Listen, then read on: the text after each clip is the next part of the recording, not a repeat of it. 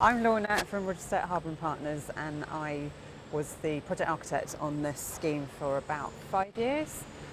So our office actually won it in a competition in 2013. So it was an RIBA competition, 6 firms took part and we won it. So introduce Phil.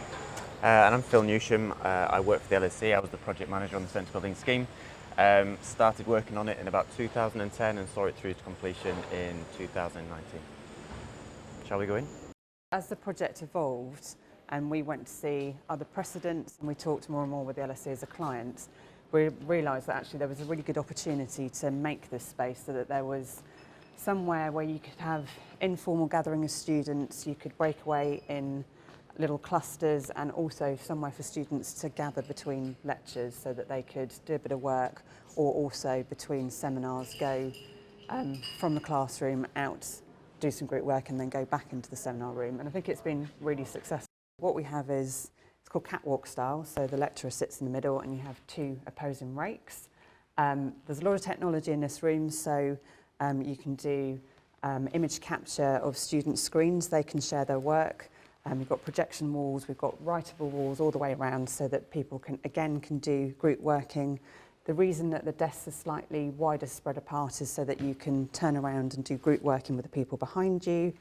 And the other thing that the LSE really like, particularly as the School of Government in this building, is it's like the House of Commons. So you can prompt some debate in this classroom, which is hopefully a bit better behaved than our own Houses of Parliament. We have one big staircase that connects all of those levels.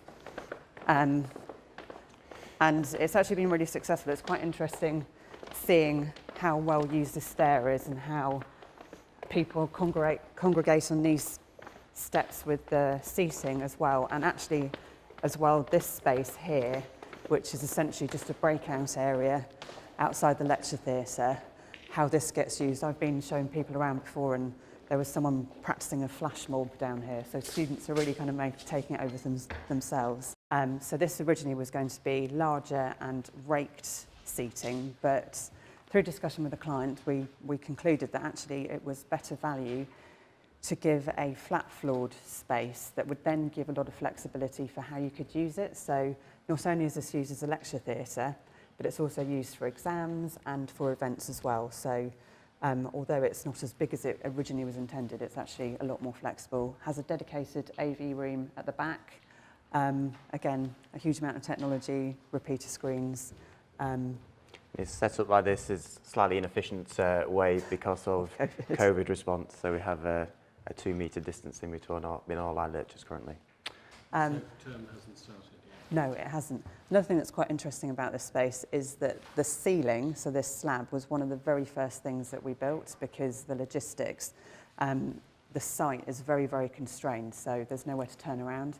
So most of the contractors had to make a slab basically for them to be able to unload and everything. So this ceiling, which is all exposed concrete, was pretty much the first thing that was built. So there were some interesting discussions with the contractor about quality control and protection. We're actually directly beneath the new square at this point. So where we started the tour, this is where we're standing directly beneath. Because we've kept everything quite glazed to bring the natural daylight into the space, that you get a really nice connection between this new building and the old academic building opposite, to get a real connection with the rest of the LSE campus. One of the rooms, which is this one behind, has got a movable wall so that you can actually open the space up to be an 80-person seminar room. And again, all of these rooms have writable walls so that people can write on them. We've been able to give people outside space. We're a central London campus that is just a mass of buildings in a very busy part of London, but we're able to create these sort of oases of calm within the building, and it really is, you don't really realise you're 30 metres away from one of the main transport hubs in London. No. And this has been a really popular space for staff and students just to get away from the grind of academia. This is the top of the atrium. This is naturally ventilated, so all of the windows open when it's really hot and then close when it's obviously not as hot. Mechanical ventilation within the seminar rooms. That's mainly because of the amount of people that you have. You need a good amount of air change to keep it comfortable. But then these areas here are naturally ventilated as well. With the stairs, so they're slightly different for the academic levels, but continuing the same idea of encouraging people to move more and to use the stairs, and also, particularly on the academic levels, is to encourage people to talk and discuss their ideas more. So it's promoting the sort of the chance encounter of, you know, you see someone on the stone and say, oh, I remember I was talking to so-and-so about that idea I had.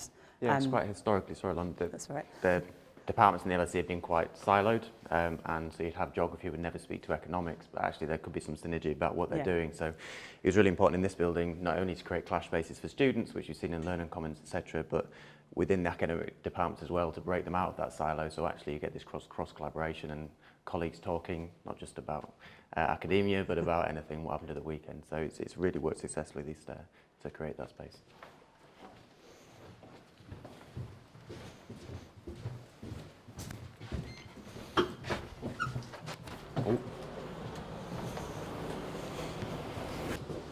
So this is my personal favourite terrace.